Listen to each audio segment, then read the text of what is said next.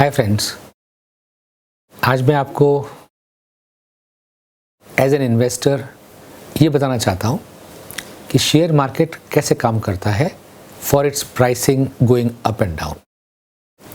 हम सब लोग किसी न किसी फॉर्म पर शेयर मार्केट के किसी न किसी शेयर में डायरेक्टली और इनडायरेक्टली इन्वेस्ट कर रहे होते हैं विदाउट रियलाइजिंग कि अल्टीमेटली स्टॉक एक्सचेंज और शेयर मार्केट कैसे फंक्शन करता है, क्यों मार्केट की प्राइसेस अप एंड डाउन जाती हैं। Assuming there is no insider trading, assuming there is no negative way of trading, in a normal way of functioning why the prices go up and down. एक economics का fundamental rule है demand and supply, जो हर चीज़ में apply करती है। जिस चीज़ की डिमांड ज़्यादा है और सप्लाई कम है उसकी प्राइस बढ़ जाएगी, because more people will chase the less number of quantity available in the market. और जिस चीज़ की डिमांड जितनी भी है और सप्लाई उससे ज़्यादा है तो उस केस में price will fall and there is always a equilibrium balancing act applies where both buyers and seller will be satisfied for a fair price and the price will stabilize at that time. तो जब ये economics का fundamental principle है तो ये क्या share पे भी अप्लाई करता है? Yes, this applies to the shares also. एक अच्छी कंपनी जो प्रोफेशनली मैनेज कंपनी है उसका शेयर लिमिटेड क्वांटिटी में ही होता है।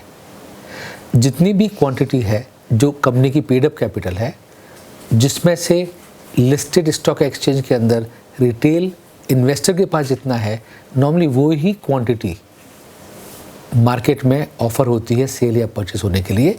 प्रमोटर जनरली अपने शेयर सेल परचेज के लिए ऑफर नहीं करता।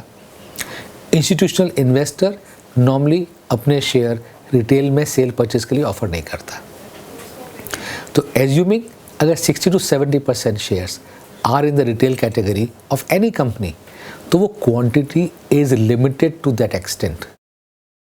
ज़्यादा पैसा आएगा तो भी quantity which is supply will not go up.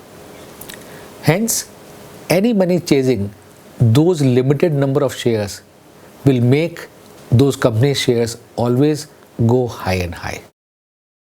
Yes, एक चीज़ ऐसी आएगी जब उस प्राइस को मैच करने के लिए मोर रिटेल इन्वेस्टर्स जिनके पास वो होल्डिंग थी वो बेचने को तैयार हो जाएंगे, तो प्राइस विल आइदर स्टेबलाइज और will start little coming down. So this applies to all shares.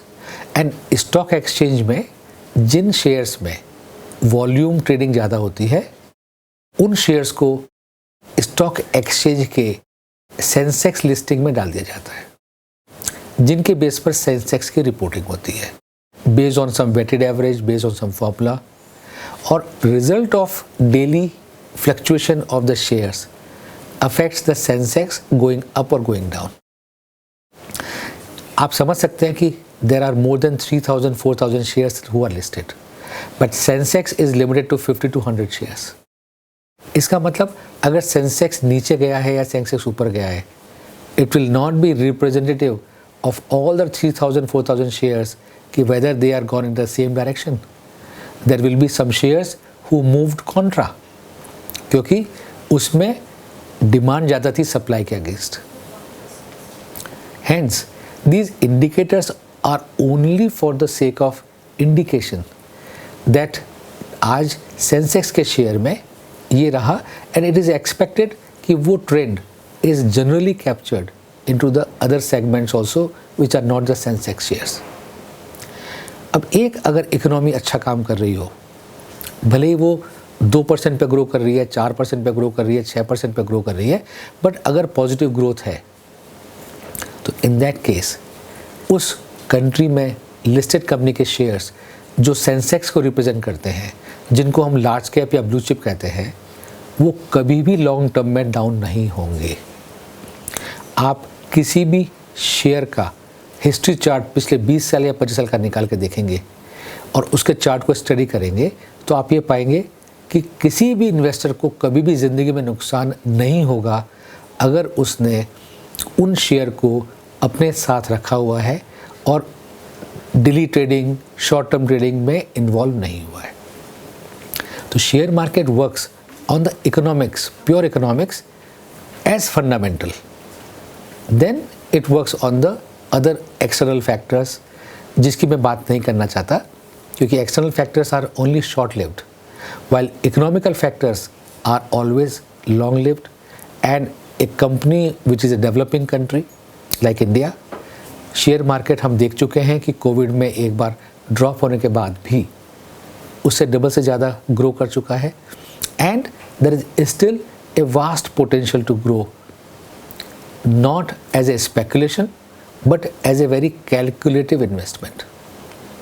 Now you understand कि शेयर मार्केट की मूवमेंट कैसे होती है, क्यों होती है, और why it has to go into the positive aspects over the long term, which will never go into the negative aspects.